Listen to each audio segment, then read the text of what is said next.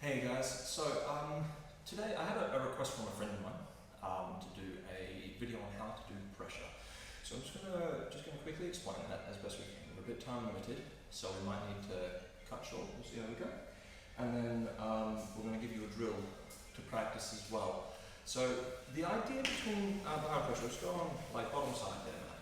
We'll just shuffle this way so we're in frame.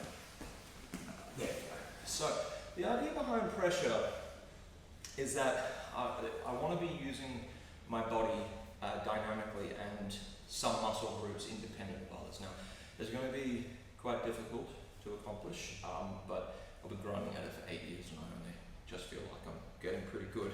Would you say that, Matt? Yeah. And how do you go with your pressure? Getting there slowly. Getting there slowly. You've been grinding at it for 3.5 years, you know. So circuit control is the best way to learn it.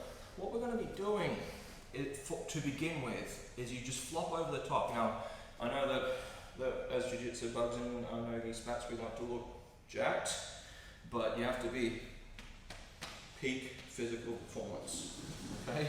And we're going to just flop over the top, contouring our body as best as we can to the other person. Once we have this, you can have your hands underneath the head if you want to, like in a classical grip. I prefer like a looser grip, so one hand at the top of the head, one hand just underneath the elbow. The ultimate goal being underhooks for mount, if we can get it. However, I want to be low to the ground, and once I'm here, I keep my belly relaxed, but my back tense. Did you see his face there?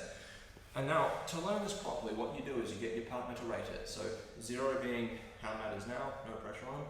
10 being, I don't know, rough. The heaviest thing you've ever felt in your life, you know. Not emotional heaviness, just physical heaviness, okay? So when you're here, how's this for you, Matt? No. 2, 3. 2 or a 3. I relax over the top of him, dead weighting. How is it, Matt? About a 5. About a 5. And I tense my back, pulling myself into it. It's about a 7. A 7. So I went from a 2 lying on him to a 7 lying on him just by relaxing into him, like so.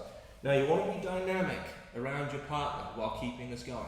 So the drill that we go for is he's going to roll the turtle, and you don't want to become too tense and like come off him. You want to let him drag you with him. So you let him roll the turtle, and you just allow yourself to roll with him, changing at the last minute to go onto our turtle.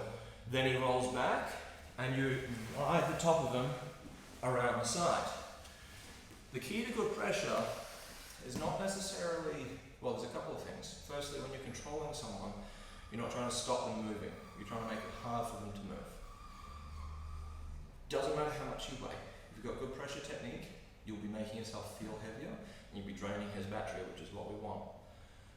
You can incorporate pressure into whatever style you have, it doesn't matter. So this is the drill. You let him drag you, and then you use the barest minimum effort required in order to keep yourself centered and rotating around him. So watch again. You get, so we're here, flop over the top, 1 second, like that, 1 second, and then you tense your back. Now you let him go, and see how this is a struggle. Now you just let him drag you. You're not moving until the last little bit, then he's going to roll backwards, and you just ride him around the corner. If you were to get an underhook, you stay heavy on him, come over the top of the head as he goes to his turtle towards you, go in front of his hips, and allow yourself just to travel around the top. He might continue to his turtle. We climb over the top. He rolls back, whichever side, it doesn't matter. And we're just trying to keep our feet in our short base position as we go, and allow him to flop. And he rolls back the other side now. Yeah, he's gone a bit cherry red. I'm going to give him a break. What you'll find happens here is that when you start doing this drill, you'll start getting used to the feeling of when you're rolling properly. And let's say for example, I have this underhook. Now he tries to go to his turtle away from me, and I go for a back. I pinch in, and now I'm using the pressure and I'm using some strength to stop him from moving. Go for a mat. See how I'm not stopping him from moving, I'm just making it really hard for him to go. And then you can get the hooks in, and now you're having a good time, he's not having a good time. A little way. It's a lot of work. And then by the time you sit on that for 10 minutes, you're gassed up. Give it a go, guys. Let me know how you go in the comments below. I'd love to hear your feedback. If there's anything we can do to improve the quality, let me know. I love interacting with you guys. It's fun.